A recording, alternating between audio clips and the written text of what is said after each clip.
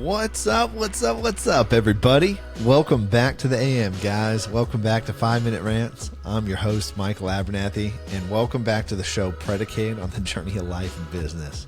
I hope y'all doing well. Hope life's treating you good. I'm doing better than I deserve, and I really am blessed and highly favored. Well, guys, today I want to talk about really how to delegate and how to delegate within a company, especially when it comes to things that are very important and close to really, I think, integral parts of the company. And here's what I mean by that. Every stage that you grow within a company, importance and priority for keeping promises or for work, like levels of priority for work, change, right? So when you're starting out, levels of priority for things that are important, okay, that changes. I need to make sure that I'm handling this because it's close to the company. As you grow, that importance is going to change, and thus the need for delegation is going to come in. So first, step one on how to delegate. If you're starting out, one of the best ways to delegate it is do it yourself first, right? Do the work first, understand what you need, and then begin letting go of that work, right? And the other thing about this is that when you're doing it first, you have a basic understanding of the things you need so you can have oversight. Most people, to understand how to delegate, you also got to understand how not to, and what keeps us from delegating. And part of that is most people don't delegate because they really don't know what needs to be delegated. They don't have sight on the work, and they don't have sight on the actual fulfillment of production, right? And production is like, cool, I got to do bookkeeping. All right, that's internal production. That's internal production work that must be done for the company to run, right? So the other thing about delegating is this. It normally fails if you don't have a plan or a goal set. So it is so important to actually draft out goals and actually draft out what winning looks like for the task. And this is part of the franchisement of the company. It's part of the franchisement of the brand and part of the franchisement of your brain, right? And by what I mean by brand is I'm not talking about like McDonald's franchisement. I'm talking about where you're giving pieces of the company and pieces away to team members to be responsible for.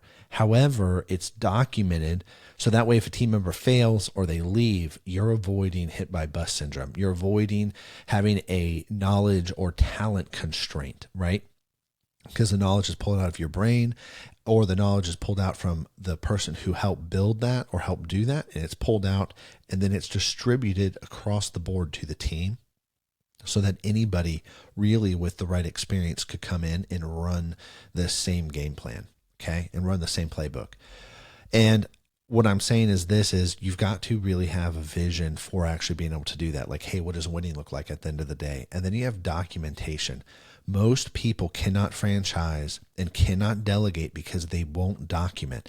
If it's not written down, it doesn't exist. So if you're not going to document, simply like if you're not going to document, okay, this is how we close down our cupcake bakery. We got to mop the floors. All the dishes have to be done. The dishwasher has to be running. And you don't have a simple checklist for the employees to go through to clean everything, you're never going to be able to delegate. You're always going to be putting out fires and micromanaging everybody else. And companies go through different stages. They go from being birthed and then an infantile stage, maturing stage. And there's different stages that you're going to go through. And each one requires the same principles. Because here's the thing about business. The technical work changes. What needs to be executed changes. However, the principles that drive it are non-changing, right? The principles to draft out in the franchisement of things with that need to be spread without the company, that doesn't change.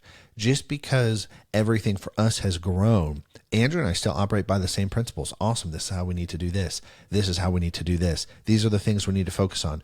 Oh yeah, part of our biggest work is taking the vision, franchising it, delegating it to the team, and then also making sure that we build and create the processes that the team needs in order for the team to be successful and in order for the team to live. Think about it this way. If nobody paints the white lines on the highway, it's nuts and crazy without those boundaries. Everybody needs to know the boundaries.